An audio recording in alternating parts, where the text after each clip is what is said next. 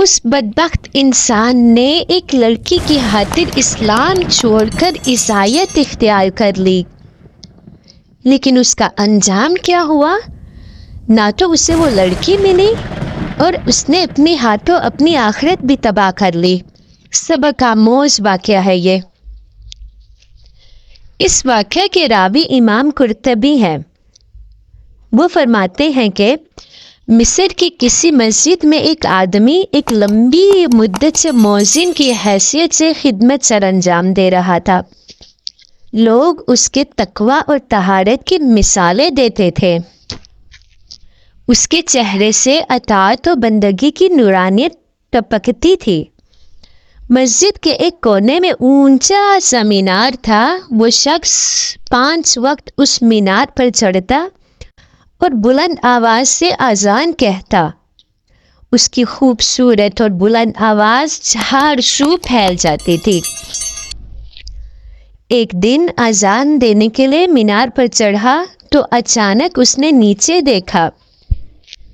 ایک عیسائی کا گھرانہ اس مسجد کا ہمسایہ تھا۔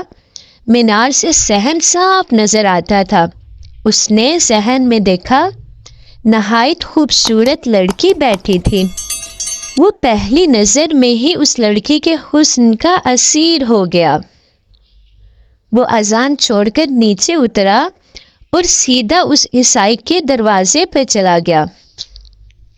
لڑکی نے اس سے پوچھا، تم کون ہو اور کیا چاہتے ہو؟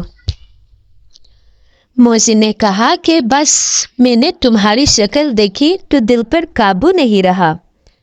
میں تمہیں ہر حال میں اپنانا چاہتا ہوں۔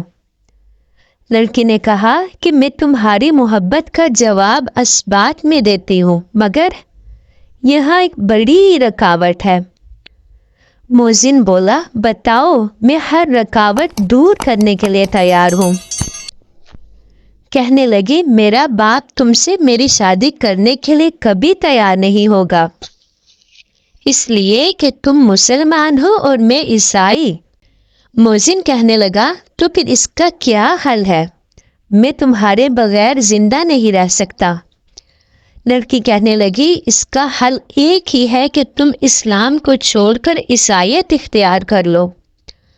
مؤذن کہنے لگا، مجھے کوئی اعتراض نہیں، میں تمہارے لیے ہر مذہب اختیار کر سکتا ہوں۔ لڑکی کہنے لگی، اگر ایسی صورت ہے تو میں تم سے شادی کر لوں گی۔ اور پھر وہ بدبخت مرتد ہو گیا۔ اس نے عیسائیت قبول کر لی۔ اس کی شادی کی تقریب منعقد ہو گئی۔ وہ بڑا خوش تھا کہ اس کی مراد مل گئی۔ اب اس کو اپنی محبوبہ سے علیحدگی میں ملنا تھا۔ ادھر اللہ تعالیٰ کا فیصلہ بھی آ چکا تھا۔ وہ بدبخت کسی کام سے چھت پر چڑھا، اس کا پاؤں پھسلا اور وہ چھت سے گر کر واصل جہنم ہو گیا۔ اس کو کہتے ہیں برا خاتمہ، کہ اس بدبخت کو محبوبہ بھی نہ ملی اور آخرت بھی برباد ہو گئی۔